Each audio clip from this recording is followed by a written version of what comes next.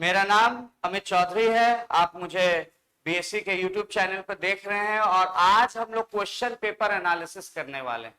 और याद रखिए, एक बहुत स्टूडेंट्स के बीच में एक फेमस चीज है कि भाई हमें सेट मारना है, सेट प्रैक्टिस करना है। लेकिन कोई भी इंस्टीट्यूट अगर आपसे सिर्फ सेट प्रैक्टिस करा रहा है और उसके एक्सप्लेनेशन में आपको टीचर्स गाइड नहीं कर रहे हैं, अगर स्टूडेंट्स एक दूसरे को गाइड कर रहे हैं या टीचर ठीक से गाइड नहीं कर रहे हैं, तो एक्चुअली उस पूरे डिस्कशन का कोई फायदा नहीं, उस पूरे सेट प्रैक्टिस का कोई फायदा नहीं। तो आज हम लोग स्ट्रैटेजी डेवलप करने वाले हैं। पूरा क्वेश्चन पेपर जो SBI clerk prelims 2020 memory based question है, ये हम लोग इसको पूरी तरीके से मेमोराइज देखेंगे, समझेंगे, स्ट्रैटेजी बनाएंगे। हम लोग सारे क्वेश्चंस के आंसर जो सही है वो देखेंगे और जो गलत है वो क्यों गलत है ये देखेंगे और ये पूरा एनालिसिस हम करेंगे दोस्तों। तो ऐसे में बैंकिंग, एसएससी और अलग अलग एग्जामिनेशंस के क्वेश्चन पेपर आपके साथ लेता हूंगा। और आप इस वीडियो को शेयर करें, कमेंट करें, लाइक करें। उसके कमेंट में अगर आप कोई भी क्वेश्चन पेपर यहाँ पर एनालिसिस करवाना चाहते हैं तो उसको वहां पर आप कमेंट में डाल दें, या उस बस एग्जामिनेशन का डेट, ईयर या टाइप लिख दें, या कोई क्वेश्चन अगर हो आपके दिमाग में स्पेसिफिक कॉमन एरर्स का या क्लोज टेस्ट का या सेंटेंस अरेंजमेंट का, तो उसको कमेंट में डाल दें। और मैं जो नेक्स्ट वीडियो बनाऊंगा उसमें जिन लोगों ने वो क्वेश्चंस पोस्ट किए होंगे उनके नाम के साथ उस क्वेश्चन को एक्सप्लेन करूंगा। तो दोस्तों मुझे उम्मीद है कि आप हमें आगे बढ़ाने में मदद करेंगे इस चैनल को। ये पहला जो सेक्शन है ये रीडिंग कॉम्प्रिहेंशन है। आप देख सकते हैं इसमें एक मॉस्किटो के बारे में कहानी है और इस पर बेस्ड क्वेश्चंस हैं।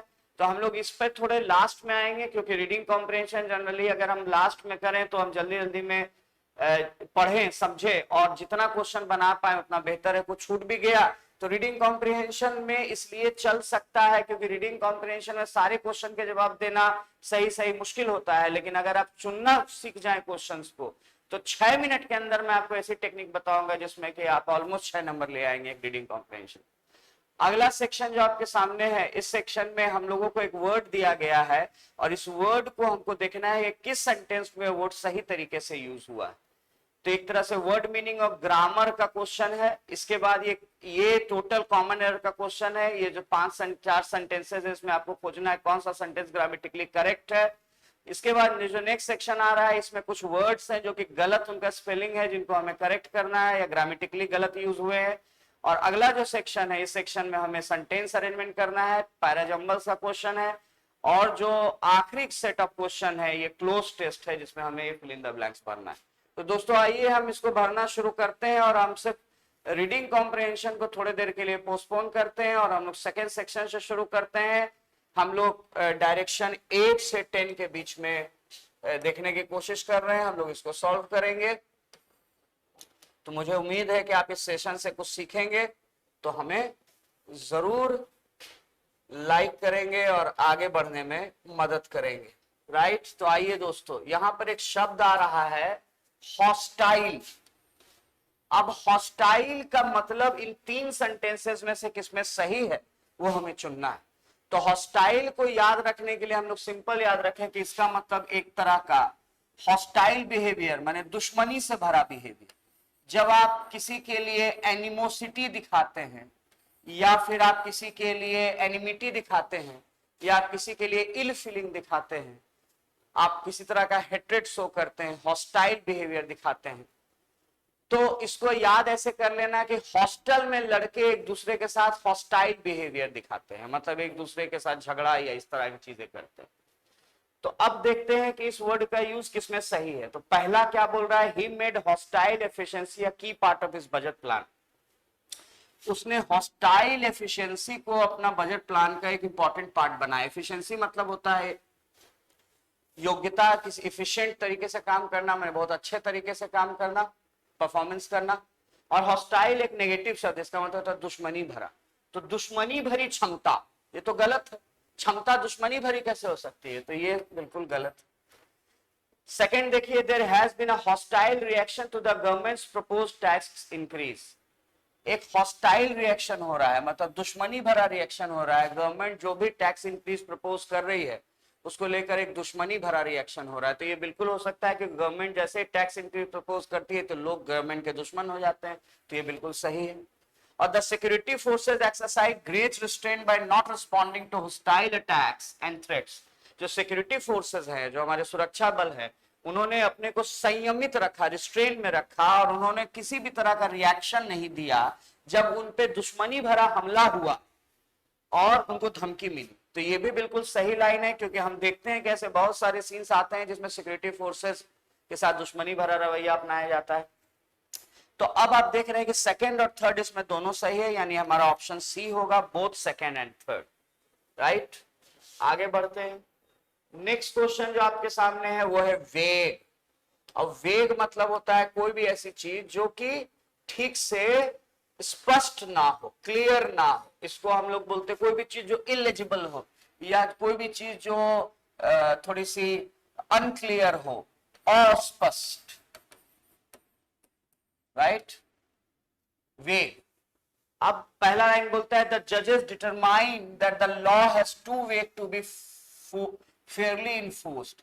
जजेस को ऐसा लगा, जजेस ने ऐसा पता लगाया, उन्होंने ऐसा महसूस किया कि जो नियम है, जो कानून है, वो बहुत ही अस्पष्ट है, टू वेग, बहुत ही अस्पष्ट है, और इसको सही तरीके से फेयरली इन्फोर्स नहीं किया जा सकता, इसको सही तरीके से लागू करना मुश्किल।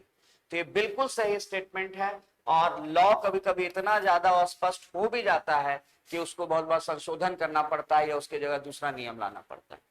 सेकेंड बोल रहा है the mergers of these two companies would wake the world's biggest accounting firm. जब ये दो बड़ी कंपनी का मर्जर होगा तो वर्ल्ड की जो सबसे बड़ी अकाउंटिंग फर्म है वो वेग हो जाएगी। अब देखो, वेग का मतलब यहां पर हो गया अस्पष्ट। तो भाई जब दो बड़ी कंपनी का मर्जर होगा तो जो वर्ल्ड की सबसे बड़ी अकाउंटिंग फर्म है वो पैदा होगी ना, अस्पष्ट कैसे हो जाएगी?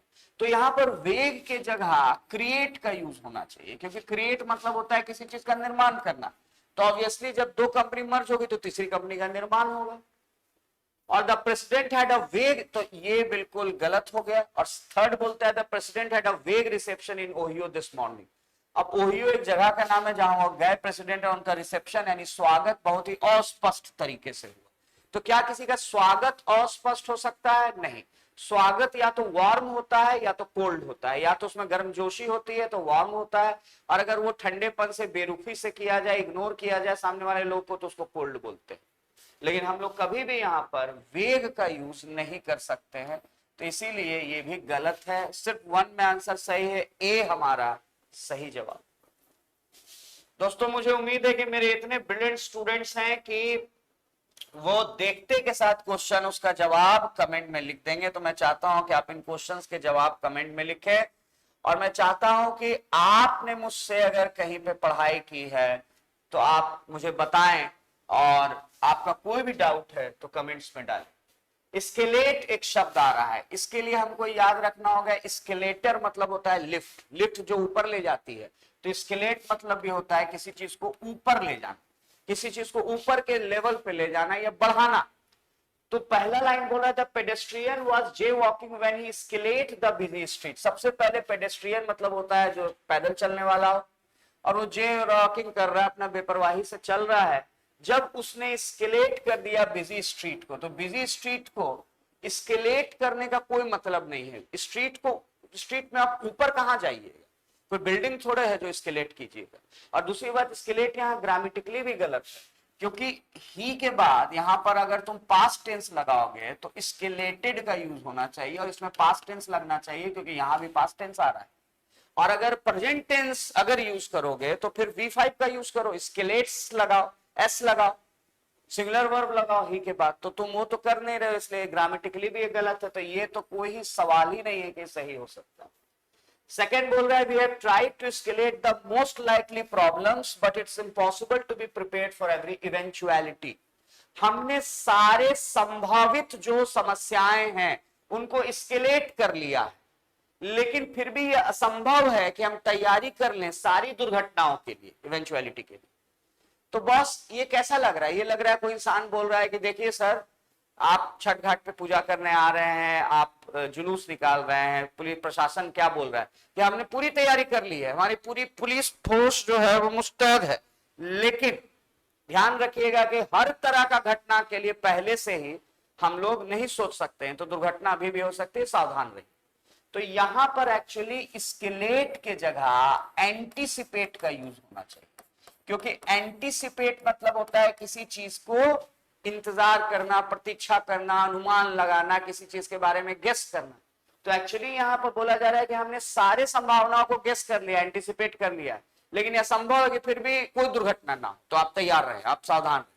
तो एक्चुअली यहाँ स्केलेट गलत है, इसलिए ये लाइन भी गलत है। और थर्ड बोलता है the decision to escalate UN involvement has been made in the hopes of swift into the hostilities. जो डिसीजन लिया गया कि यूएन के इन्वॉल्वमेंट को स्केलेट यानी ऊपर उठाया जाएगा और बढ़ाया जाएगा, और ये इस होप से किया गया है कि जल्दी ही जो हॉस्टिलिटीज यानी दुश्मनी है वो खत्म हो जाएगा। तो भैया जब दुश्मनी खत्म हो जाएगा तो यूएन को आप बोल रहे हैं कि और फोर्स भेजो, उसको स्केलेट करवा रहे हैं, मतलब उसका इन्वॉल्वमेंट बढ़ा रहे हैं। तो बढ़ाने के लिए, ऊपर ले जाने के लिए स्केलेट का यूज बिल्कुल सही है, और यहाँ पर ये सही तरीके से यूज हो रहा है। तो ओनली 3 इसका आंसर होगा, और हम डी ऑप्शन को क्लिक करेंगे। ग्रेट। अब आइए, आपका फेवरेट सेक्शन आने वाला है 11 से 15 ग्रामर के क्वेश्चन है। मैं अपने स्टूडेंट्स को रिक्वेस्ट करूंगा कि ये सारे स्टेटमेंट्स को देखें और इनमें इनको जो स्टेटमेंट लगता है कि ग्रामेटिकली इनकरेक्ट और करेक्ट है उसको छांटे, हमें करेक्ट बताना है। ए में क्या गलती है देखना। India chocolate market is pegged at 11,000 crore of which premium chocolate can be sized anywhere among 10% and 15%। तुरंत कमेंट में लिखो कि इसमें क्या गलती लग रहा है, और मुझे लगता है कि आप में से ज्यादातर, या लाइव चैट में लिखो, आप में से ज्यादातर लोग सही गेस कर चुके हैं कि यहाँ पर अमंग के जगह बिटवीन का यूज होगा। यहाँ पर अमंग के जगह बिटवीन का यूज बस इसलिए होगा क्योंकि जब दो चीजें होती है तो उनके बीच में बोलने के लिए बिटवीन का यूज किया जाता है, और अमंग का यूज 2 से ज्यादा में किया जाता है। ये रूल तो बहुत सारे लोग जानते हैं, लेकिन एक बात यहाँ पे ध्यान रखना, बिटवीन का यूज भी एक्सेप्शनल केस में 2 से ज्यादा के लिए किया जा सकता है। अब वो एक्सेप्शन क्या है, वो मैं एक अलग गोल्डन रूल्स ऑफ ग्रामर का वीडियो बनाऊंगा, उसमें इसको बताऊंगा, बिटवीन, अमंग, अमंगस्ट, अमिड, ये सब के बीच का डिफरेंस। तो यहाँ पर अमंग गलत है, यहाँ बिटवीन का यूज होगा, तो ये सेंटेंस तो गलत हो गया ग्रामेटिकली। बी देखिए, south Korea reported 52 new case of corona virus. क्या गलती नजर आ रहा है इसमें, कमेंट में लिखो फटाफट। मुझे पक्का यकीन है कि यहाँ पर जो तुम केस है इसके जगह तुम केसेस को करना नहीं भूलोगे, क्योंकि 52 आ रहा है, ये प्लूरल है, और ऑफ के पहले जो नाउन होता है वो प्लूरल हो सकता है, इसीलिए केस को हम लोग केसेस यहाँ पे करेंगे, क्योंकि 52 प्लूरल है। जैसे 52 बॉयज होता है, 52 केसेस होंगे, केस नहीं, तो ये भी गलत। सी को अगर देखोगे, ITC has plan to work with cocoa farmers directly in future. यहाँ पर हैज के बाद जो प्लान्स आ रहा है, कुछ लोगों को लगेगा कि प्लान्स की जगह प्लान्ड होना चाहिए, लेकिन हैज के बाद प्लान्ड तब होगा जब यहाँ जो टेंस यूज हो रहा है वो प्रेजेंट परफेक्ट टेंस हो, और हैज हेल्पिंग वर्ब हो, और उसके बाद V3 यानी प्लान्ड आ रहा हो।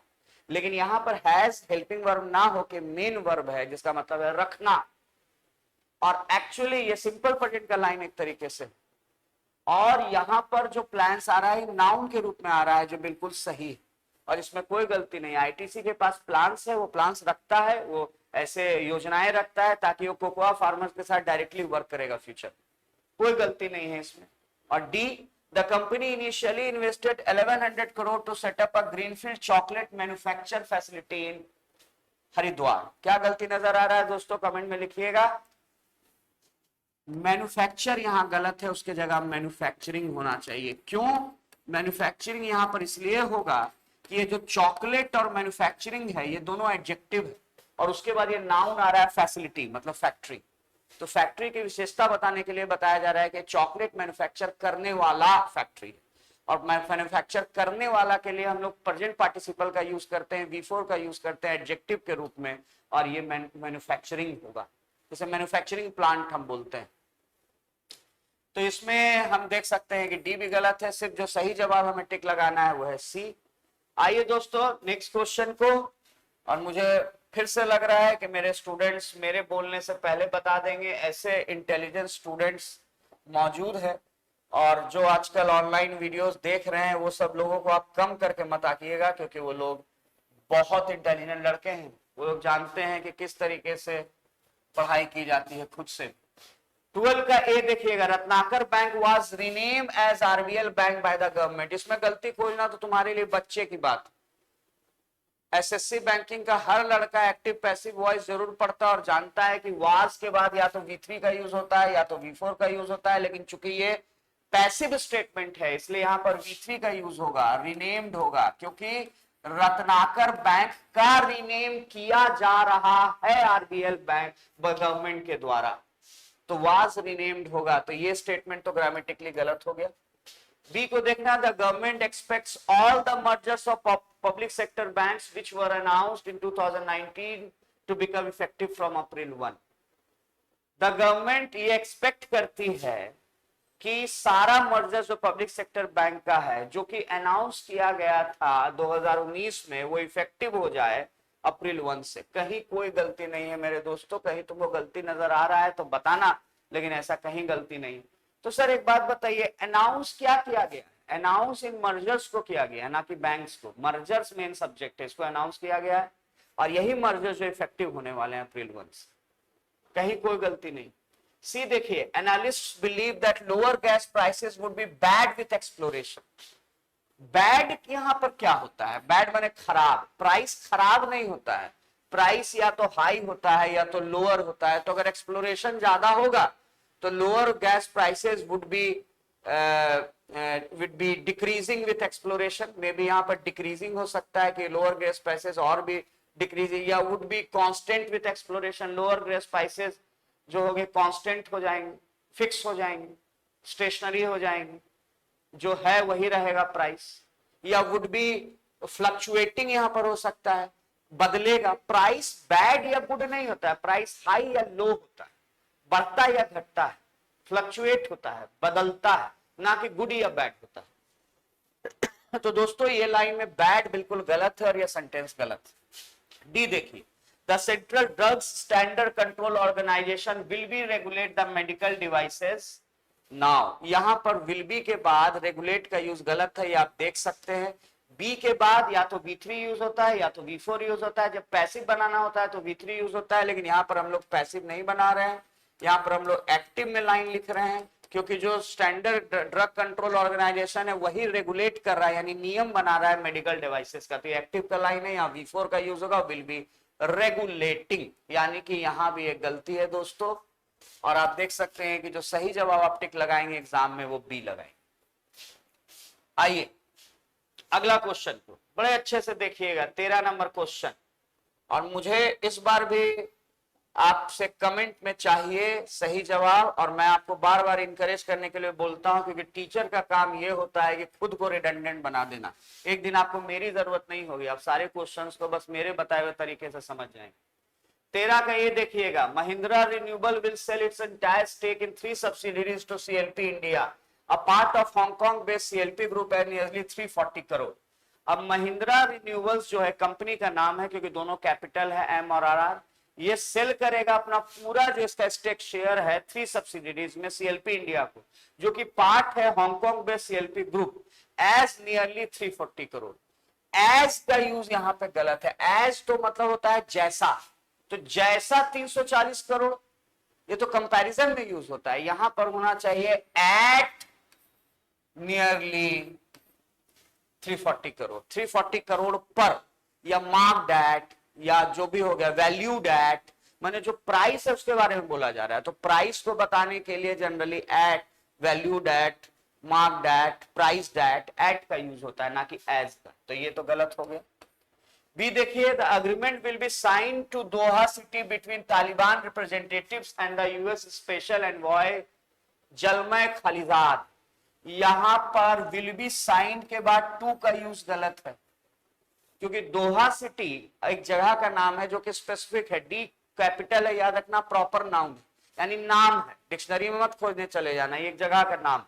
और जब जगह का नाम होता है तो उसके पहले इन या एट का यूज होता है। ये स्पेसिफिक सिटी है इसलिए एट का यूज कर सकते हो। ऐसे बहुत बार एट और इन को इन सब केसेस में इंटरचेंजेबली यूज कर दिया जाता है, बट जब स्पेसिफिक नाम हो, इन सिटी बोलना ठीक है, लेकिन जब स्पेसिफिक नाम हो तो एट पटना या कोई भी सिटी का नाम हम यूज करते हैं, तो will be sign at Doha city. ये भी गलत हो गया। सी में गलती ढूंढी है, the US intelligence community publicly concluded that Russia intervene in their security matters. दोस्तों इसका तो हमको आपसे आंसर चाहिए लाइव चैट में या कमेंट। आप लिखिए कि आपको क्या गलती लग रही है, और इस तरह की गलती आपकी आंखों से बचानी चाहिए, क्योंकि कभी कभी हाथी निकल जाती है, पूंछ फंस जाता है। यहाँ देयर गलत है, THERE देयर का मतलब वहां होता है, THEIR देयर का मतलब उनका होता है। तो यूएस इंटेलिजेंस कम्युनिटी ने पब्लिकली कंक्लूड किया कि रसिया जो है वो बीच बचाव कर रहा है उनके सिक्योरिटी मैटर्स में, दखल अंदाजी कर रहा है, इंटरवीन कर रहा है उनके, तो उनके के लिए THEIR देयर आएगा। ये सेंटेंस भी गलत हो गया। डी को देखिएगा, the injured animal was nursed back to health by the zookeeper and then released back into the wild. Injured animal बिल्कुल सही है, इंजर्ड एडजेक्टिव है, V3 फॉर्म में है, इसका मतलब होता है घायल जानवर। वाज नर्स्ड बैक भी बिल्कुल सही है, पैसिव का स्टेटमेंट है, वाज के बाद V3 आएगा। इसको ठीक किया गया, कैसे ठीक किया गया, तो हेल्थ में ला गया, माने हेल्दी बना दिया। कौन बनाया, तो जू कीपर बनाया। और उसके बाद क्या किया गया, रिलीज कर दिया गया, ये भी पास्ट टेंस में है। और कहां रिलीज किया गया, तो into the wild. Into the wild भी बिल्कुल परफेक्ट। आप अगर नेटफ्लिक्स देखेंगे तो आपको into the tall grasses, into the, इस तरह की आपको मूवीज मिलेगी। इनटू का यूज यहां पर इसलिए किया जा रहा है कि जब आप किसी जगह के अंदर घुसते हैं तो उसमें इनटू का यूज होता है। जैसे इज ड्राइविंग इनटू पटना, तो पटना में ड्राइव करते हुए आ रहा है, तो घुसने के सेंस में इनटू का यूज बिल्कुल सही है और यहाँ पे कोई गलती नहीं है, स्टेटमेंट बिल्कुल परफेक्ट।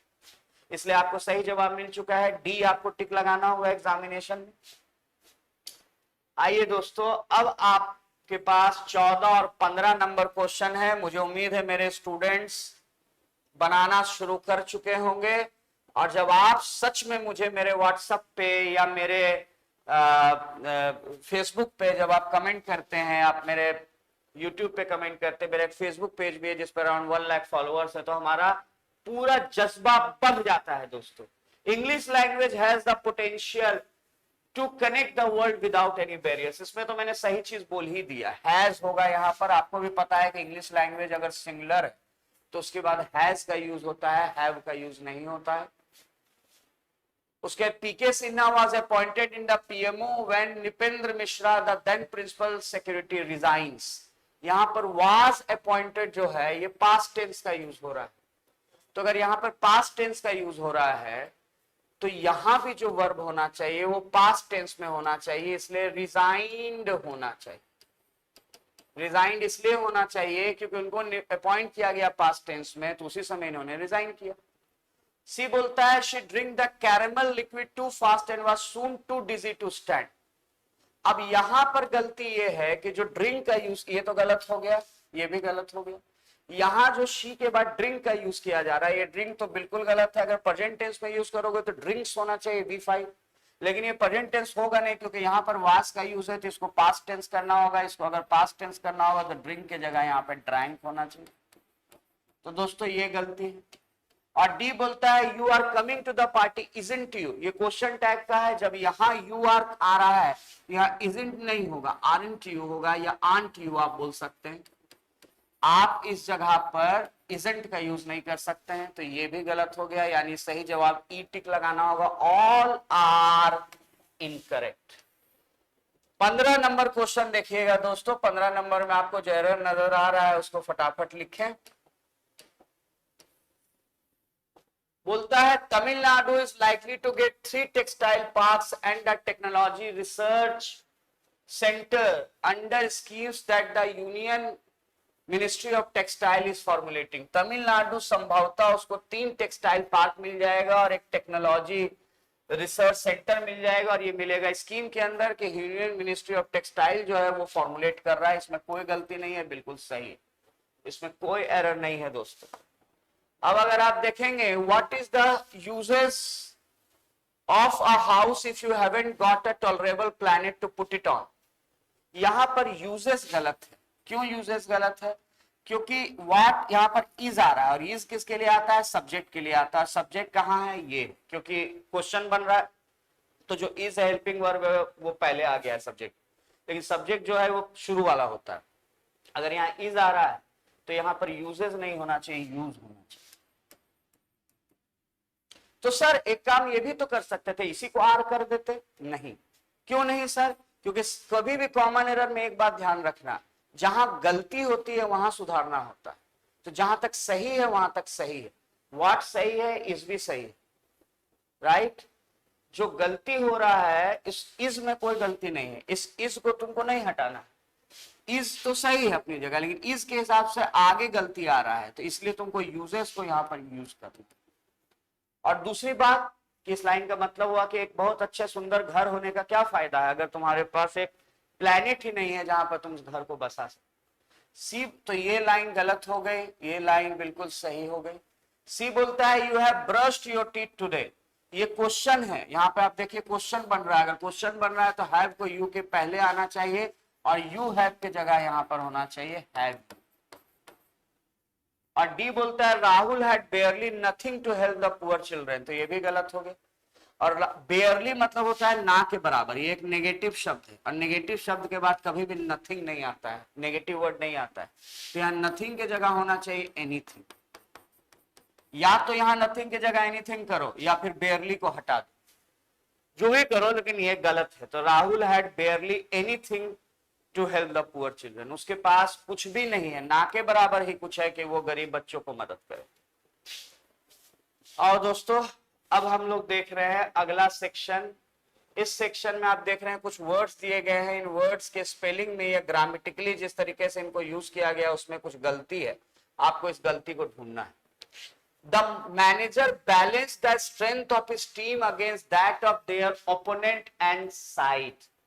यहां पर आप अगर देखेंगे ना तो ये प्रिंटिंग मिस्टेक हो गया है। एक्चुअली एग्जाम में जो बैलेंस्ड दिया गया था वो ऐसे दिया गया था BALEN, और ये स्पेलिंग गलत है, इसलिए ये जवाब सही है।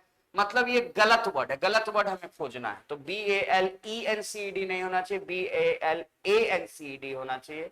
बैलेंस्ड का स्पेलिंग ये यहाँ सही दे दिया है, जबकि एग्जाम में आपको यहाँ भी ई लगा के ही देगा, तो ये टाइपिंग मिस्टेक हो गया है। एग्जाम में यहाँ पर ई आया था ए के जगह, जिसको करेक्ट करके आपको बी सही जवाब हो जाएगा BALANCED, ये सही स्पेलिंग है। ये आपको एग्जाम में, यानी गलती कहाँ है तो गलती एक्चुअली ए में, आंसर आपको ए ही मार्क करना होगा। ये थोड़ी टाइपिंग मिस्टेक हुई है, ए है इसका answer, right.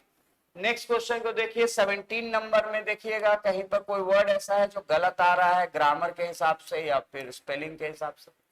One evening Rohan prepared a nice supper, यही प्रिपेयर्ड गलत है। प्रिपेयर्ड के स्पेलिंग PREPARED होगा, ये होगा प्रिपेयर्ड। और चूंकि ये प्रिपेयर्ड का स्पेलिंग गलत है तो हम लोगों को पता है कि ए इसका सही जवाब है। ए मतलब गलत ऑप्शन है, ए में गलत दिया हुआ है स्पेलिंग, हमें गलत स्पेलिंग खोजना है। 18 नंबर में देखिएगा कौन सा स्पेलिंग आपको गलत नजर आ रहा है, मुझसे जल्दी बोलने की कोशिश कीजिए।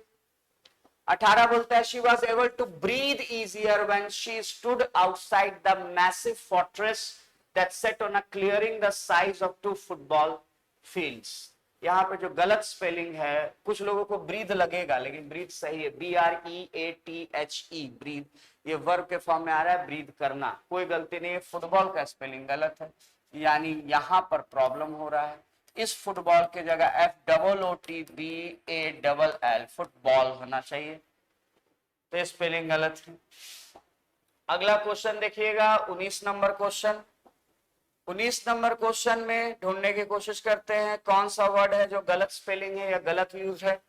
From time to time Jack would looking over Mango's shoulder suggesting tactics which invariably proved disastrous। देखो अर्थ समझने का इसमें जरूरत ही नहीं है, वुड के बाद V1 का यूज होता है। तो अगर यहाँ लुक है, यहाँ पर लुकिंग के जगह या तो लुक होना चाहिए और नहीं तो वुड के बाद बी लगाओ तब लुकिंग लगाओ। तो इसीलिए ये तो एकदम यहाँ पर ग्रामेटिकली गलत है, यानी कि ए पार्ट में प्रॉब्लम है, इसको हमको मार्क करना है। अगला क्वेश्चन देखिएगा दोस्तों 20 नंबर क्वेश्चन में, ढूंढिए कहां पर आपको कौन से शब्द में गलती नजर आ रही है। A horrified passenger saw Olive stumble and fall off a platform as an express rode in। Horrified यह एडजेक्टिव के रूप में यूज हो रहा है। डरे हुए पैसेंजर्स ने देखा ऑलिव को, स्टम्बल माने लड़खड़ाते हुए, एंड फॉल ऑफ गिरते हुए। यहां पर जो ऑफ है उसकी जगह OFF ऑफ का यूज होगा। क्यों? क्योंकि ऑफ मतलब होता है का, लेकिन OFF का मतलब होता है किसी से दूर होना, छूटना। तो ये जो गिरा, ये कहां गिरा? ये प्लेटफॉर्म से नीचे पटरी पे गिरा, मैंने प्लेटफॉर्म से ये अलग हो चुका है। तो प्लेटफॉर्म से अगर अलग हो चुका है तो ओ डबल एफ का यूज होगा, क्योंकि अलग होने का बोध जब होता है तो ओ डबल एफ का यूज हो सकता है। प्लेटफॉर्म से नीचे गिर गया पटरी पे, तभी तो लोग इतने डर गए। प्लेटफॉर्म पे कोई गिरेगा तो लोग डरेंगे क्यों? पटरी पे गिरने पे ही ना लोग डर जाएंगे। डायरेक्शन 21 से 25 देखिएगा, सेंटेंस अरेंजमेंट है, कोशिश कीजिए फटाफट अरेंज करने का। सबसे पहले क्या आएगा, देखो एबीसीडी क्या है। The merger of Bharti Airtel the world second largest and Indus towers will create tower company. देखो यहाँ पर जब एंड लगा हुआ है तो इसके बाद अगर इंडस टावर आ रहा है तो इसके पहले भारतीय इंफ्राटेल आएगा, क्योंकि यही दोनों का मर्जर हो रहा है। तो इसका मतलब ए होगा the merger of Bharti Infratel and Indus tower will create क्या क्रिएट करेगी, तो the world's second largest tower company. ACBD होना चाहिए, बिल्कुल सी इसका सही जवाब है। नेक्स्ट क्वेश्चन को देखिएगा 22 नंबर।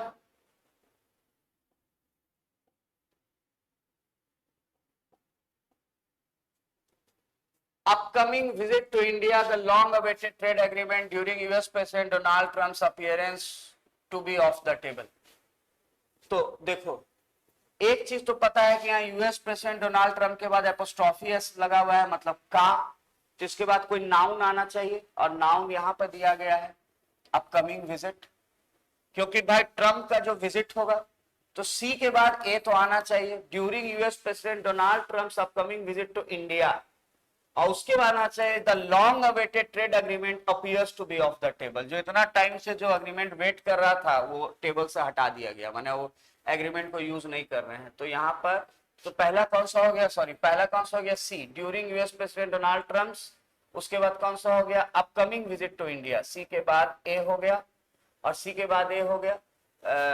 अच्छा तो अब देखो CABD नहीं दिया हुआ है, तो ऐसा शुरू करो तो बी से शुरू करो, क्योंकि नाउन से शुरू करना है ना, सब्जेक्ट से शुरू करना है। CABD तो कोई ऑप्शन है नहीं, तो बी से शुरू करो। पहले बी लगाओ, the long awaited trade agreement, और उसके बाद लगो appears to be off the table, table से हट गया। कब हट गया, during US president Donald Trump's upcoming visit to India.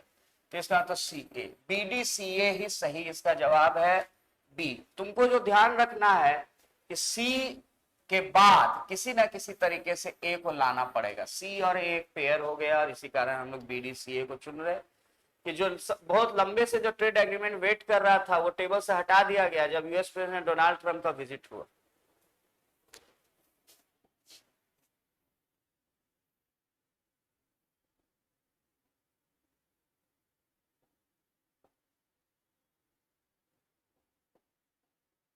तेईस number, leaders of the railway employee organization allege that the government wants to hand over the rail infrastructure to the private operators of financial benefit। कहीं कोई गलत नहीं है, ABCD बिल्कुल इसमें no rearrangement required. E option tick लगाओगे कि जो लीडर्स रेलवे एम्प्लॉय ऑर्गेनाइजेशन के, उन्होंने इल्जाम लगाया कि गवर्नमेंट चाहती है कि जो रेल इंफ्रास्ट्रक्चर है प्राइवेट ऑपरेटर्स को दे दिया जाए फाइनेंशियल बेनिफिट के लिए। 24 नंबर और 25 नंबर क्वेश्चन देखिएगा दोस्तों।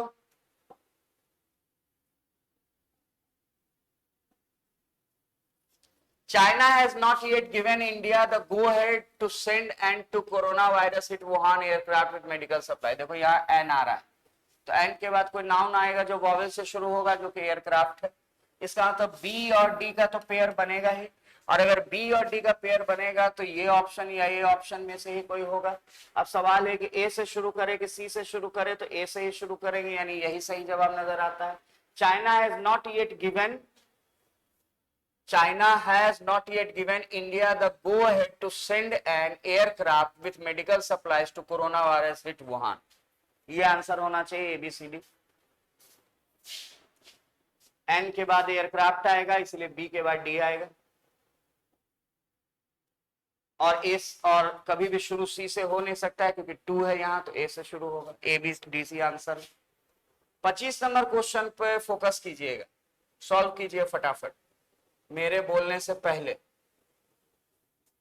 Mammals and birds move from with a change in season many one country to another in search of food and shelter and for breeding। तो देखो यहाँ many आ रहा है, तो मेनी के बाद तो कोई नाउन आना चाहिए, तो मेनी मैमल सही है, यानी बी के बाद ए आना चाहिए। अगर बी के बाद ए आना चाहिए तो एक ही ऑप्शन यहां पर है, बस डी। या यहाँ यानी बी से शुरू करो। With a change in season many mammals and birds, तब सी birds move from one country to another in search of food and shelter and for breeding। मतलब जैसे जैसे सीजन में चेंज होता है तो बहुत सारे मैमल्स और बर्ड्स हैं जो एक कंट्री से दूसरे कंट्री में खाना खोजने के लिए, शेल्टर और ब्रीडिंग खोजने के लिए घूमते रहते हैं। अब आपके सामने ये क्लोज टेस्ट है, ध्यान से देखिएगा। इस क्लोज टेस्ट को अगर आप पूरा पढ़िएगा तो क्लोज टेस्ट बम्बल बीज के बारे में है, जो एक तरह की मधुमक्खी। और अब हम लोग को देखना है कि किस तरीके से हमें इसमें जवाब क्लिक करना है। तो bumblebees among the most important pollinators are in dash fuzzy and buzzy. They excel at spreading pollen and fertilizing many types of wild flora as well as crucial agriculture crops like tomatoes, blueberries and squash, but their numbers are dash। देखो यहां तक भी पढ़ लिए तो तुमको पता चल गया, ये बट जो आ रहा है ना, ये बहुत कुछ खोल रहा है। क्योंकि बट लगा देने के बाद अब जो बात आएगी वो पहली बात से अलग हो गया। पहली बात में बोला जा रहा है कि ये एक्सेल करते हैं, स्प्रेड करते हैं, बीज को फैलाते हैं, पॉजिटिव बात बोला जा रहा है और बट लगाया जा रहा है। इसका मतलब यहाँ पे बात नेगेटिव होगा, और यहाँ पर अगर बात नेगेटिव होगा तो नंबर्स क्या होगा, बढ़ेगा कि घटेगा, मतलब घटेगा। और अगर नंबर घटेगा तो इसका मतलब यहाँ जो बम्बल बीज के बारे में बोला जा रहा है वो कोई पॉजिटिव बात नहीं बोली जा रही है, कोई नेगेटिव बात हो, यानी वो किसी तरह के खतरे में, क्योंकि उनका संख्या कम हो रहा है। तो अगर 26 को देखोगे तो आर इन, गौर करना, फिल इन द ब्लैंक्स के पहले यहां पर लग रहा है आर इन के बाद डैश। तो अगर इन के बाद डैश लग रहा है तो हमको यहां पे क्या खोजना होगा, तो आर इन ट्रबल, खतरे में। तो सर एक्सटिंक्ट क्यों नहीं लगा देंगे, एक्सटिंक्ट मतलब तो होता है विलुप्त। तो एक्सटिंक्ट के पहले इन नहीं ना लगेगा, आर एक्सटिंक्ट होगा, आर इन एक्सटिंक्ट नहीं। इन मतलब होता है में लगा हुआ है, तो आर इन ट्रबल होगा, और ग्रोथ तो होगा नहीं। सर डिफिकल्ट नहीं, डिफिकल्टी होगा, क्योंकि इन के बाद नाउन आएगा, तो आर इन डिफिकल्टी, इसलिए यहां पे ट्रबल आंसर आपका बिल्कुल सही। तो अब आगे अगर बढ़ते हैं तो फिर बोलता है कि फजी एंड बजी, मतलब इधर उधर घूमते रहते हैं, और उनको एक्सीलेंस उनका ये है कि जो पॉलन एंड फर्टिलाइजिंग है, ये इसको मैंने बीज को फैलाते हैं, और वाइल्ड फ्लोरा यानी कि जो जंगली घास, जंगली जो फूल पौधे हैं उसको उगाते हैं। As well as crucial agricultural crops like tomato, साथ में टोमेटोज भी पैदा करते हैं, ब्लूबेरीज, स्क्वाश भी पैदा करते हैं, but their numbers are dash. लेकिन अब उनका नंबर डैश हो रहा है, तो ऑब्वियसली 27 में घटने की बात होगी। घटने की बात होगी तो आप खुद समझदार हैं, आप बताइए कि घटने की बात के लिए कौन सा वर्ड आना चाहिए। अगर उनका नंबर घट रहा है तो ऑब्वियसली हम लोग यहाँ पे चुनेंगे ड्रॉपिंग। ड्रॉपिंग बिल्कुल सही है, ड्रॉपिंग मैंने घटना। इंक्रीजिंग होगा नहीं, ड्रिपिंग होता है मैंने ड्रिप्ट, तो ये तो ड्रिप्ट है, ड्रॉप नहीं है। और रिमूविंग भी नहीं होगा, जनरेटिंग पैदा करना भी नहीं होगा, तो यहाँ पर होगा उनका नंबर ड्रॉप हो रहा है। अब नंबर क्यों ड्रॉप हो रहा है तो देखते हैं आगे। New research using a massive data set found that the insects are far less common than they used to be। नया रिसर्च बताता है कि इंसेक्ट्स अब संख्या में बहुत कम है। In North America, you are nearly 50% less like to see a bumblebee in any given area than you were prior to 1974। तो 1974 से जैसा बम्बलबी दिखता है तो उससे 50% कम दिखता है। Moreover, several once common species have dashed from many areas they were once found। Once found माने एक बार उनको पाया गया था, तो अब क्या हो गया, वो खत्म हो गए।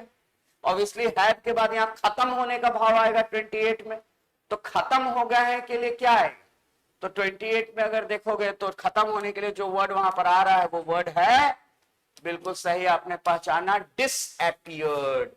वो डिसएपियर्ड हो गए। हैव के बाद V3 आएगा, डिसएपियर्ड।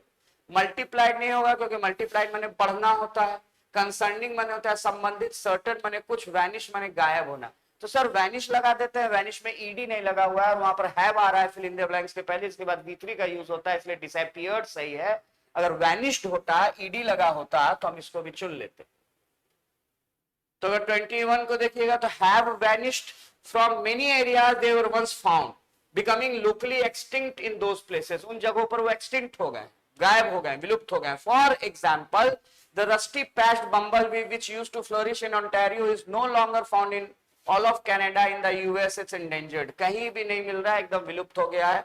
इन a new paper published this week in the journal science, researchers used a complex modeling process to dash that their dash is driven in large part by climate change। तो जो researchers हैं वो जो complex modelling process को use कर रहे हैं, माने कंप्यूटर के डेटा को यूज कर रहे हैं, आर्टिफिशियल इंटेलिजेंस को यूज कर रहे हैं टू डैश।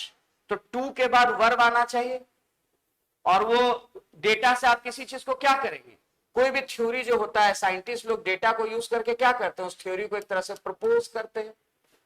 तो टू के बाद, और टू के बाद V1 आता है, तो V1 तो यहाँ एक ही है, सजेस्ट।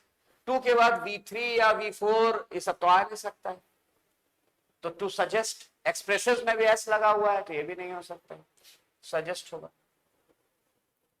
और अगर 30 नंबर देखिएगा तो क्या बोल रहा है, process to suggest that their dash is driven in large part by climate change. उनका डैश जो है वो क्लाइमेट चेंज से ड्रिवन होता है। तो their decline, deteriorate, rejection, lessen, reduce. तो देयर डिक्लाइन होगा, उनकी गिरावट। उनकी डिक्लाइन इसीलिए होगी क्योंकि यहां पर देयर डिक्लाइन, देयर के बाद नाउन आता है, देयर, आवर, योर के बाद नाउन, उनका डिक्लाइन। यहां पर डिटोरिएशन होता तो नाउन हो जाता, लेकिन डिटोरिएट है, ये वर्ब है। रिजेक्शन यहां हो नहीं सकता है कि उनको कोई रिजेक्ट नहीं कर रहा है। लेसन मतलब कम होना, तो यहां पर डिक्लाइन की बात हो रही है, नंबर डिक्लाइन हो रहा है, यहां पर नाउन का यूज होगा। और लेसन तो अगेन वर्ब हो गया, और रिड्यूस भी वर्ब हो गया। तो हमको नाउन खोजना है। नाउन क्यों खोजना है, नाउन इसलिए खोजना है कि जो 30 फिल इन द ब्लैंक्स है उसके पहले देयर आ रहा है। देयर मतलब होता है उनका, और उनका, मेरा, तुम्हारा, ये सब पोजेसिव एडजेक्टिव कहलाते हैं जिनके बाद नाउन का यूज होता है। तो यहाँ नाउन आएगा, और इसीलिए जो हमारा सही जवाब है 30 का वो है डिक्लाइन। उनका जो डिक्लाइन यानी गिरावट जो हुआ। दोस्तों अब हम लोग लास्ट सेक्शन की तरफ आ रहे हैं जो हमारा पहला सेक्शन है, और मेरी उम्मीद है कि अगर आप इस वीडियो को एक बार अच्छे से देख लेंगे या 2 बार सेव कर लीजिएगा और इसको थोड़ा शेयर कीजिएगा, क्योंकि मुझे लगता है कि क्वेश्चन पेपर का पूरा एनालिसिस अगर आपको ऐसा मिलता रहेगा और आप मेरे साथ ऐसे 100 क्वेश्चंस देख लेंगे बैंकिंग, एसएससी और बाकी एग्जामिनेशंस के, तो आपको एग्जाम क्रैक करने से कोई नहीं रोक सकता है। दोस्तों ये जो रीडिंग कॉम्प्रिहेंशन है, इसको सॉल्व करने का सबसे पहले मैं एक जो तरीका बताता हूं उसको ध्यान से सुनना। मैं तुमको स्पीड रीडिंग का वो तरीका बता रहा हूं जो मैंने आज से 2006 के समय जब मैं खुद तैयारी कर रहा था एग्जामिनेशन की, कैट की, और जिसमें मैंने 99 परसेंटाइल लाया था कैट में, कैट और जेट दोनों में, इंग्लिश सेक्शन में, तो उसमें मैंने जो टेक्निक यूज किया उस टेक्निक को मैं आपके सामने रख रहा हूं। सबसे पहला जो स्पीड रीडिंग का स्टेज होता है उसको हम लोग कहते हैं स्कैन करो। स्कैन करने का मतलब है कि फटाफट इस पूरे पैसेज को देखो, पूरे पैसेज को समझो, लेकिन समझने का शर्त यह है कि तुम सारा वर्ड नहीं पढ़ोगे, तुम सिर्फ कुछ एक वर्ड्स पढ़ोगे, वैसे वर्ड्स जो बड़े इंपॉर्टेंट हैं, वैसे वर्ड्स जो बड़े बड़े वर्ड्स हैं, और उनको पढ़ के पता लगाओ कि इस पैसेज में क्या हो सकता है। Every year 1 million people die mosquito-borne diseases. According World Health Organization, mosquitoes considered deadliest creature planet because lethal themselves because virus parasites transmit. समझ आ गया है इसे? मोटा मोटी समझ आ गया ना तुमको कि किस बारे में पैसेज है, मॉस्किटोज के बारे में पैसेज है, उनसे क्या बीमारी, मलेरिया ये सब पैदा होता है। उसी तरह आगे जब ऐसे स्कैन करोगे, बड़े बड़े शब्दों को पढ़ोगे, तो तुमको पता चल जाएगा 30 सेकंड से 1 मिनट के अंदर इस पैसेज में मॉस्किटोज को खत्म करने के लिए एक नया डिस्कवरी हुआ, उनको जीन में चेंज किया गया, उसके बारे में बताया गया। अब सेकंड पॉइंट क्या करना कि जब तुमने कीवर्ड्स ढूंढ लिया है तो अब तुम सेकंड पॉइंट, जब तुमने स्कैन कर लिया है तो तुम कीवर्ड्स ढूंढो, और कीवर्ड्स ढूंढने के लिए क्वेश्चन पे जाओ। क्वेश्चन पे जाके देखो कि उसमें कौन कौन से ऐसे वर्ड्स हैं जिनको तुम याद रख सकते हो। जैसे पहला बोलता है why are mosquitoes considered as one of the deadliest, तो डेडलिएस्ट याद रखो, शुरू में ही डेडलिएस्ट मिला था, वहां पर उसका आंसर होगा। What is one of the method being developed to control population, तो मेथड के बारे में बोलना है। थर्ड बोलता है what can be potential side effects of genetically modified mosquito, GM mosquitoes का साइड इफेक्ट क्या है। फोर बोलता है which of the statements can be considered true, तो इसको तो तुम खोज मतलब याद कुछ नहीं करोगे, तो खोजना पड़ेगा पैसे। फिफ्थ बोलता है which is the desire effect of releasing GM mosquitoes containing the self limiting gene, तो याद रखना सेल्फ लिमिटिंग जीन। और छठा क्वेश्चन बोलता है डेडलीस्ट का सिमिलर तुमको खोजना है तो बोल्ड करके देगा। सेवेंथ में बोलता है which of the statement can be considered true, इसमें भी कुछ याद करने वाला बात नहीं। तो क्या क्या वर्ड याद कर लिए, सेल्फ लिमिटिंग जीन याद कर लिए, मेथड याद कर लिए हो, मेथड तुमने याद कर लिया, जेनेटिकली मॉडिफाइड मॉस्किटोज का जो साइड इफेक्ट है वो बताना है, और पॉपुलेशन को कंट्रोल करने का मॉस्किटोज का जो मेथड है, ये सारी बात हमको ध्यान में रखना है। तो एक बार तुमने इन शब्दों को याद कर लिया, उनको डेडलीस्ट क्यों माना जाता है ये, तो deadliest, self limiting gene, method इनके पॉपुलेशन को कंट्रोल करने के लिए सारे वर्ड्स को ध्यान रखना पैसेज को पढ़ते। अब जो तीसरा स्टेप तुम अपनाओगे, इस तीसरा स्टेप में तुमको सबसे पहले जो प्रैक्टिस करना है वो हार्ड कॉपी पे करना है, यानी प्रिंट आउट लेके करना है। तीसरा स्टेज होता है अंडरलाइनिंग टेक्निक। अंडरलाइनिंग टेक्निक का मतलब है कि तुमको पूरे पैसेज में अपनी उंगली को चलाते हुए पढ़ना है। मान लो तुम पेज पैसेज को पढ़ रहे हो तो अपनी उंगली को लाइन के नीचे रखो और ऐसे चलाओ, और जब एक लाइन खत्म हो जाए तो दूसरे लाइन में आने के लिए उंगली को उठाओ मत, उंगली को ऐसे खींच के लाओ और फिर दूसरा लाइन को पढ़ो। फिर दूसरा लाइन कंप्लीट हो जाए तो उंगली को बिना उठाए उसको ऐसे खींचते हुए लाओ और फिर तीसरा लाइन पढ़ो, और ऐसे अंडरलाइनिंग करते हुए पढ़ना, मैंने उंगली से ऐसे ऐसे चलाते हुए। अंडरलाइन करने का जरूरत नहीं, बस उंगली को चलाओ या पेन को चलाओ। और याद रखो कि तुमको दो चीज फॉलो करना है, एक तो तुम्हारी उंगली उठनी नहीं चाहिए, दूसरी तुमको कहीं पर रुकना नहीं। कोई भी वर्ड अगर तुमको डिफिकल्ट लगे, तुमको लगे कि इसका मतलब समझते हैं, लेकिन रुकने की कोशिश मत करना, आगे बढ़ते जाओ। उंगली आगे बढ़ी, तुम्हारी आंख भी आगे बढ़ जाएगी उस वर्ड से। और कहीं पर रुकना नहीं और कभी पीछे मत जाना। जो पैराग्राफ पढ़ लिए चलो उसको दोबारा पढ़ के समझते हैं, क्योंकि इंग्लिश है, दो बार पढ़ने समझ आएगा, ये मत करना, दोबारा मत जाना। ठीक, तो हम लोग अगर इस टेक्निक से पढ़ेंगे तो हम लोग बहुत जल्दी अपनी स्पीड को बढ़ा देंगे। और फिर हम लोग इसका चौथा स्टेज सीखेंगे जिसको ओवरलाइनिंग कहा जाता है। इसको यूज करोगे तो ऑनलाइन एग्जामिनेशन में भी एक्सेल कर पाओगे, क्योंकि ऑनलाइन एग्जामिनेशन में ऐसे उंगली चलाने का टाइम नहीं मिलेगा, क्योंकि वहां पेपर नहीं रहेगा आपके पास। तो चलो पहले इसको ट्रांसलेट करते हैं। एवरी ईयर, हर साल अराउंड 1 मिलियन पीपल जो है मॉस्किटो के पैदा होने वाली बीमारियों से मर जाते हैं, और ये WHO का एक रिपोर्ट कहता है। This is why mosquitoes are considered one of the deadliest living creatures on the planet. इसी कारण से इनको सबसे खतरनाक क्रिएचर मानते हैं जो लिविंग है। Not because they are lethal themselves, but because many of the viruses and parasites they transmit are. इसका कारण ये नहीं है कि खुद में बहुत खतरनाक है, इसका कारण ये है कि जो वो पैरासाइट्स और वायरसेस को ट्रांसमिट करते हैं वो बहुत खतरनाक है। In the absence of an effective vaccine for dengue fever, Zika fever, chikungunya and other mosquito-borne diseases, researchers have developed genetic strategies to reduce mosquito population. चूंकि बहुत सारी बीमारियों के लिए कोई वैक्सीन नहीं है, जैसे dengue fever, Zika fever, chikungunya, तो हमने क्या किया है कि रिसर्चर्स ने एक जेनेटिक स्ट्रैटेजी डेवलप की है, तरकीब डेवलप की है, जिससे मॉस्किटो के पॉपुलेशन को कम किया जा सके।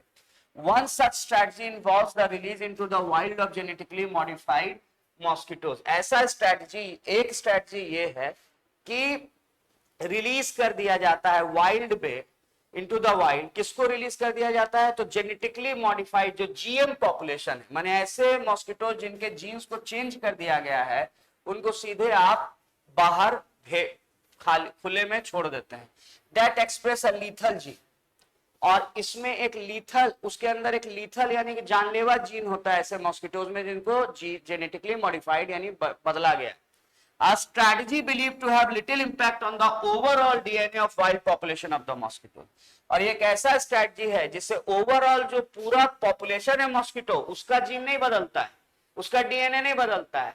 सिर्फ कुछ ऐसे मच्छर होते हैं जिनके जीन को बदलकर और बाद में उनको खुले में छोड़ दिया जाता है। क्यों ऐसे किया जाता है? बोला जा रहा है कि बोला जा रहा है transfer of new genes from GM organism to wild और domesticated non GM population is a key criticism of GM crops like soybean and corn. और जो ये नया जीन्स है, इसको जो हम लोग इस तरह का नया जीन्स को ट्रांसफर करते हैं, और जिसके कारण वाइल्ड और डोमेस्टिकेटेड जो नॉन जीएम पॉपुलेशन है उस पर भी असर पड़ता है, और इसके कारण इसकी आलोचना की जा रही है। सोयाबीन और कॉर्न में हुआ कि हम लोगों ने बहुत सारे जेनेटिकली मॉडिफाइड प्लांट्स ग्रो किए, जिसके कारण वो जीन धीरे धीरे सब में फैलने लगे, तो आगे जाकर ये मिट्टी की और उत्पादन को थोड़ा सा खराब करता है। There are concerns that the introduction of GM genes into non-target species could have negative consequences for both human and environmental health. ऐसा माना जा रहा है कि अगर ये जीन जो कि मस्किटोज में बदला जा रहा है, अगर ये सारे मच्छरों के अंदर आ जाएगा, माने जिनको टारगेट नहीं किया जा रहा है उनके अंदर भी आ जाएगा, या कोई और मक्खी के अंदर आ गया या किसी और कीड़े के अंदर आ गया, तो हो सकता है कि उनके जीन में जो परिवर्तन होगा उसके कारण जो आउटपुट निकलेगा, जो क्रिएचर बनेगा, जो इंसेक्ट में चेंज होगा, उसकी हम लोग कल्पना भी नहीं कर सकते. Oxitec, a company that spun out of research at Oxford University in the early 2000s, developed and trademarked GM-friendly mosquitoes, also known as strain OX513A of Aedes aegypti. These male GM mosquitoes have what the company described as a self-limiting gene. देखो self-limiting word भी था, यहाँ पर कहीं जवाब छुपा होगा. अभी मत जवाब खोजो, पहले पूरा पढ़ लो. तो ऑक्सीटेक जो है कंपनी, उसने एक रिसर्च तैयार किया ऑक्सफोर्ड यूनिवर्सिटी में 2000 में. इन्होंने रिसर्च किया, उन्होंने डेवलप किया, ट्रेडमार्क किया जीएम फ्रेंडली मॉस्किटोज. इनको कहा जाता है, इनका पर्टिकुलर नाम दिया गया. ये जो मेल जीएम मॉस्किटोज है, have what the company described as self limiting gene. इनके पास सेल्फ लिमिटिंग जीन, यानी कि खुद को ये लिमिट कर देते हैं. Which means that when these so-called friendly mosquitoes mate, their offspring inherit the self-limiting gene which is supposed to prevent them surviving into adulthood. कहने का मतलब ये है कि जब ये फ्रेंडली मॉस्किटोज मरते हैं, सॉरी मेट करते हैं, मतलब ये जब प्रजनन करते हैं, तो जो इनके ऑफस्प्रिंग यानी बच्चे हैं वो इनहेरिट कर लेते हैं, माने इनसे ले लेते हैं सेल्फ लिमिटिंग जीन को. माने इनके अंदर भी वही जीन आ जाता है जिसके जो कि सेल्फ लिमिटिंग है, माने खुद को ही खत्म कर देगा. और इसके कारण क्या होता है, जो प्रिवेंट करता है उनको सरवाइव करने से एडल्टहुड तक. मतलब ये मच्छर जो बच्चे पैदा करते हैं वो बच्चे बच्चे में ही मर जाते हैं, क्योंकि उनके अंदर एक जीन आ जाता है, इसके कारण वो बड़े हो ही नहीं पाते. In theory, when the mosquitoes are released in high numbers, a dramatic reduction in the mosquito population should follow. Theory के हिसाब से कहा जाता है कि अगर इन मॉस्किटोज को तुम रिलीज कर दोगे तो धीरे धीरे मॉस्किटोज प्रजनन करेंगे और धीरे धीरे पूरा जो एरिया होगा उसके मॉस्किटोज बचपन में ही मरने लगेंगे. तो ऐसा पॉसिबल, लेकिन इसके बारे में लोगों को डर भी. According to research published by Oxitec research in 2015, field trials involving recurring release of friendly mosquitoes demonstrated a reduction of nearly 95% of the target population in Brazil. देखा गया, जब ये रिसर्च किया गया 2015 में, फील्ड ट्रायल्स किया गया, तो बार बार जो फ्रेंडली मॉस्किटोज को रिलीज किया जाता है, इससे 95% जो पॉपुलेशन हुआ वहां पर वो रिडक्शन हो गया, माने मच्छर का संख्या कम हो गया. In these field trials experiments were not performed to assess whether GM mosquitoes might persist in the wild. लेकिन अभी तक ऐसा सारा एक्सपेरिमेंट नहीं हो पाया. अभी तक हम लोग ठीक से नहीं समझ पाए हैं, और एक्सपेरिमेंट करना होगा कि क्या ये जो जीएम मॉस्किटोज हैं, क्या ऐसा संभव है कि जंगल में ये जीवित रह जाए. ऐसा भी हो सकता है कि इनके अंदर धीरे धीरे ऐसा पावर आ जाए कि जो इनको मारने वाला जीन है उसको कंट्रोल कर ले और उसके बाद ये नहीं मरे. क्या पता, हो सकता है इसके बाद इतने मजबूत हो जाए कि कछुआ छाप जलाते रहो, गुड नाइट जलाते रहो, ऑल आउट जलाते रहो, फिर भी ना मरे. Meanwhile, the impact of mosquitoes carrying these new genes remains largely unknown. तो अभी तो ये अननोन है कि क्या इम्पैक्ट पड़ेगा इन नए मॉस्किटोज का. One significant worry is that a new breed of mosquito might emerge that is more difficult to control. हो सकता है एक नया प्रजाति मॉस्किटो को पैदा हो जाए जिसको कंट्रोल करना बहुत मुश्किल. These new genes could also potentially alter evolutionary pressures on viruses carried by mosquitoes like dengue fever in unpredictable ways. और जो नया जीन्स है, ऐसा संभव है कि ये पूरे इवोल्यूशनरी प्रेशर जो वायरस है, जो उनके अंदर जो वायरस होता है उसको भी बदल दे. हो सकता है जैसे उसके अंदर डेंगू फीवर का वायरस हो तो उसको ऐसे बदल दे कि वायरस ही बहुत ज्यादा स्ट्रांग हो जाए, कोरोना टाइप का हो जाए. This includes potentially increasing their virulence और changing their host insect interaction. और ये कैसे होगा, कैसे वायरस ज्यादा खतरनाक हो जाएगा जो मॉस्किटो के अंदर है, क्योंकि हो सकता है कि उनका विरुलेंस बढ़ जाए. विरुलेंस मतलब उनका पोटेंसी, पावर. हो सकता है वायरस ज्यादा मजबूत हो जाए, और या उसको हो सकता है होस्ट इंसेक्ट इंटरेक्शन उनका चेंज हो जाए. मतलब कि मॉस्किटो और जो वायरस के बीच का जो इंटरेक्शन होता है वो बदल जाए. हो सकता है वायरस और मजबूत हो जाए, इतना मजबूत हो जाए कि पूरा मॉस्किटोज को वो कंज्यूम कर जाए और बाद में वो ह्यूमन बीइंग में बहुत डेडली बीमारी फैलाए.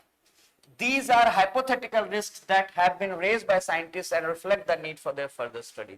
तो ये सारे एक assumptions है, hypothetical questions है, माने हुए questions है, ऐसा सोचा गया है कि ऐसा हो सकता है, और अभी हम लोगों को और स्टडी करना होगा ताकि हम लोग ठीक से पता लगा पाए कि मसला क्या है। तो दोस्तों आइए, अब हम लोग इस पैसेज को अगर समझ गए हैं तो हम लोग तुरंत एक बार क्या करेंगे कि माइंड मैपिंग करेंगे। माइंड मैपिंग करेंगे मतलब देखेंगे कि हम लोग पैराग्राफ में किस तरीके से गए। हम लोगों ने सबसे पहले बात की कि मॉस्किटोज बहुत खतरनाक होते हैं, उससे बीमारियां फैलती है। फिर हमने बोला कि उसका वैक्सीन नहीं है। फिर हमने बोला कि ब्राजील और इन जगहों पे कुछ कंपनी ऐसा रिसर्च कर रही है, ऐसा मॉस्किटोज ला रही है जो कि जिसके जेनेटिक्स को बदल दिया गया है, जिसके कारण वो खुद मर जाते हैं। और फिर बोला गया है कि इतना प्रॉपर स्टडी अभी तक इसमें नहीं हुआ है, तो कुछ लोग डर भी रहे हैं कि क्या हो जाए। ठीक है, अब हमने एक बार स्ट्रक्चर को दिमाग में बैठा लिया तो हमको पता है कि किस आंसर को देखने के लिए हमको पैराग्राफ में कहां जाना है। क्योंकि याद रखो दोस्तों, पैराग्राफ को तुम कितना भी ध्यान से पढ़ोगे, क्वेश्चन को बनाते समय तुमको वापस पैराग्राफ में जाना ही पड़ेगा, क्योंकि तुम कितना भी ध्यान से पढ़ोगे भूल जाओगे, और क्वेश्चन के जवाब देते समय वापस उसमें जाना ही पड़ता है। तो हमको जो तरीका बताया गया है, अब इस तरीके में हम जवाब दे पाएंगे। Why are mosquitoes considered as one of the deadliest living creatures on earth? सबसे ज्यादा deadliest क्यों माना जाता है? ये खुद deadly नहीं होते, ये तो काटते हैं तो खुजली होती है बस, लेकिन इनसे जो वायरस फैलता है वो बहुत ही खतरनाक होता है। तो इसमें आप ये लगाइएगा, a capability to transmit life threatening diseases, वही सही जवाब है, क्योंकि मॉस्किटोज आराम से मारे नहीं जा सकते हैं, ये भी सही जवाब नहीं है। और ना ही उनके बाइट से कोई रिएक्शन होता है, मेनली उनके अंदर के वायरस, उनका डिजीज जो फैलता है उससे हमें प्रॉब्लम। तो ए आंसर है। Second, what is one of the methods being developed to control population of mosquitoes? Population of mosquitoes को कंट्रोल करने के लिए हमने क्या किया? तो हमने लीथल जीन लगा दिया। Introduction of a lethal gene into wild population of mosquitoes using genetically modified GM mosquitoes, GM friendly mosquitoes हमने लॉन्च कर दिया। ऐसे मॉस्किटोज लॉन्च कर दिए जो खुद से ही ऐसे बच्चे पैदा करेंगे जो बच्चे सरवाइव नहीं करेंगे, और जिसके कारण हमें उसकी जनसंख्या को कम करने में मदद मिलेगी। ऑल्दो ये बात आगे जाकर खतरनाक भी हो सकती है। थर्ड बोलता है, what can be the potential side effects of genetically modified mosquito offspring? तो क्या है? तो एक तो ये हो सकता है कि evolution of a breed of mosquitoes which are more difficult to control, कछुआ छाप से भी नहीं मरेगा, ये भी हो सकता है। Be increase in the severity of diseases being currently transmitted by mosquitoes, ये भी हो सकता है कि उनका जो बीमारी है डेंगू फीवर और भयानक कोरोना टाइप का हो जाए। C change in host insect interaction भी सही है, जो वायरस और मॉस्किटो के बीच का इंटरेक्शन है वो बदल जाएगा, ये भी दिया हुआ है। और loss of natural population of mosquitoes, और जो नेचुरल पॉपुलेशन है मॉस्किटोज का वो खत्म हो जाएगा। तो ये खत्म हो जाएगा तो ये बात तो सही है, लेकिन ये कोई साइड इफेक्ट थोड़े है।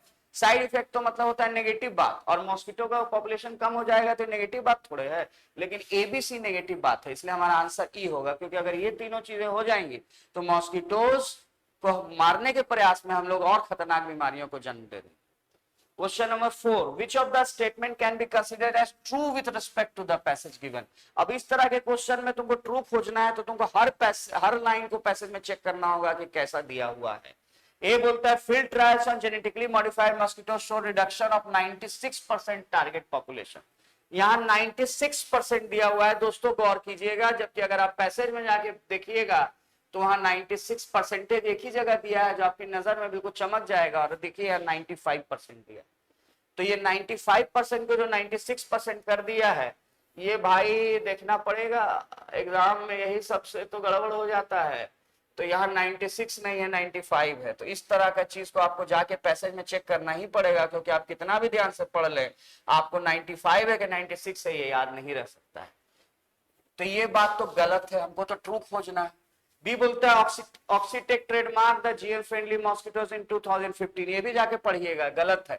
ऑक्सीटेक ने जो रिसर्च फील्ड ट्रायल किया था वो 2015 में किया था, जब जेनेटिकली मॉडिफाइड मॉस्किटोज को रिलीज किया, ना कि उन्होंने ट्रेडमार्क किया। और सी बोलता है, the female GM mosquitoes has a self limiting gene.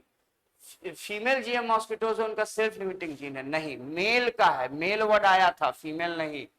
Mail mosquitoes, अगर आप जाके पैसेज में पढ़ेंगे तो मेल मॉस्किटोज के बारे में दिया गया है, ना कि फीमेल मॉस्किटोज के बारे में। एक जगह पर दिया हुआ है कि ये जो मेल मॉस्किटोज हैं इनका सेल्फ लिमिटिंग जीन, राइट, तो इसको भी आप इसमें खोज सकते हैं। फीमेल के बारे में यहाँ पर नहीं दिया है, मेल के बारे में दिया है। तो दोस्तों इन सब को आपको पैसेज में जाके ही खोजना पड़ेगा, राइट। उसके बाद और क्वेश्चन नंबर 5,